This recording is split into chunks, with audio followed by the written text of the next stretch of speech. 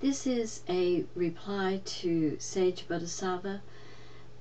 He asked 20 questions, and I've looked at the questions, and I am unable to answer most of the questions.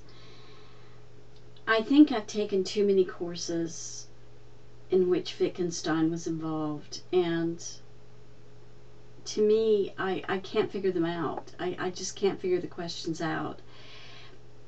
At the end of his life, Wittgenstein talked a lot about language games and how you could say things in language that had no real meaning in the world. And they're interesting questions. And I am going to address the one in the title, which is about transparency. But I'm not going to go into all of them because I don't think I'm intellectually adequate to figure out most of them. The question I'm going to address is, what is the description of the transparent?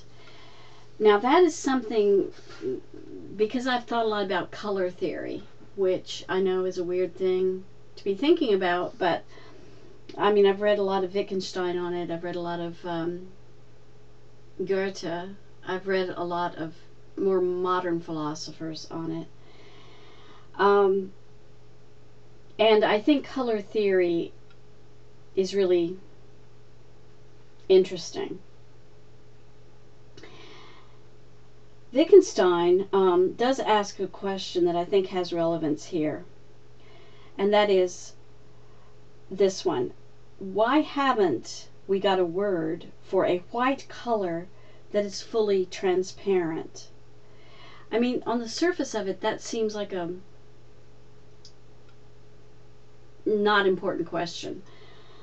But as with most of Wittgenstein, I think it's pretty important. I mean, there are things in our experience that we think should be questions that aren't, and there are things that language allows us to make into questions that don't really have answers.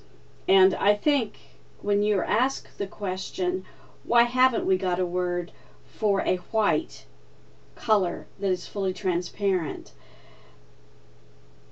I mean, most of us can understand why that is a question that makes sense. At least it does to me.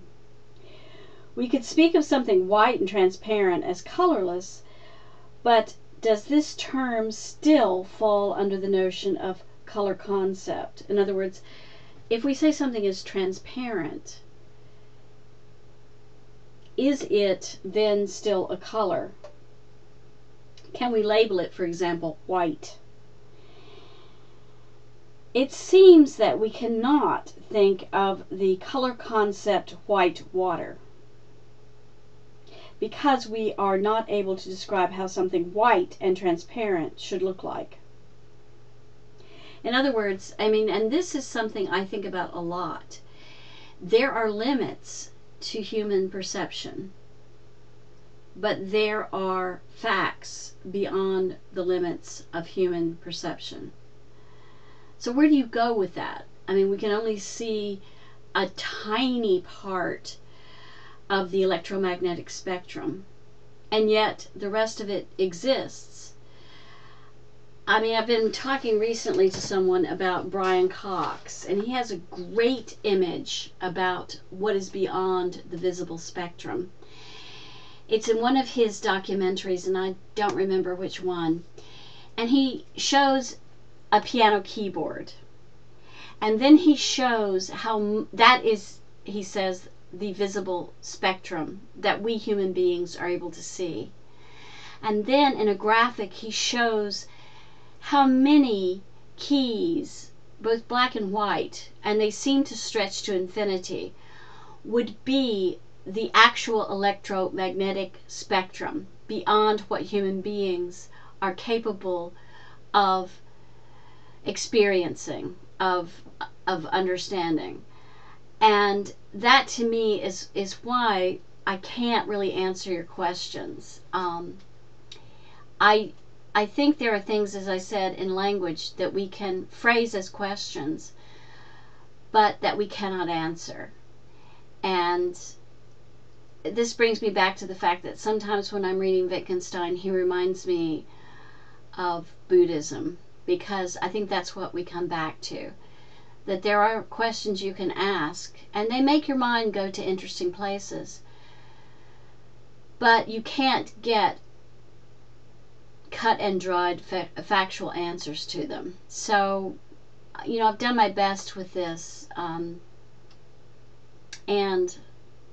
I think I've done it inadequately. But I just think there are things beyond what we can they're not beyond what we can comprehend. I mean, eventually maybe we can comprehend the whole electromagnetic spectrum. But there are things, and this is not anything phantasmagorical, okay? This is hard science. And if anybody has a link to the Brian Cox video I'm referring to about the electromagnetic spectrum, I mean, I just think there are things that we know are there, and even sometimes that our mechanisms can detect, like radio astronomy, but they're not things that we apprehend directly. And when we apprehend them, for example, through radio astronomy, they are always, by necessity, translated into the things that we have the ability to comprehend as human beings. But there's a lot more out there. And so this is the best I can do with some very inscrutable questions that very much engaged my imagination, but I didn't find easy to answer. So, best I can do. Take care, you guys. Thanks for the questions.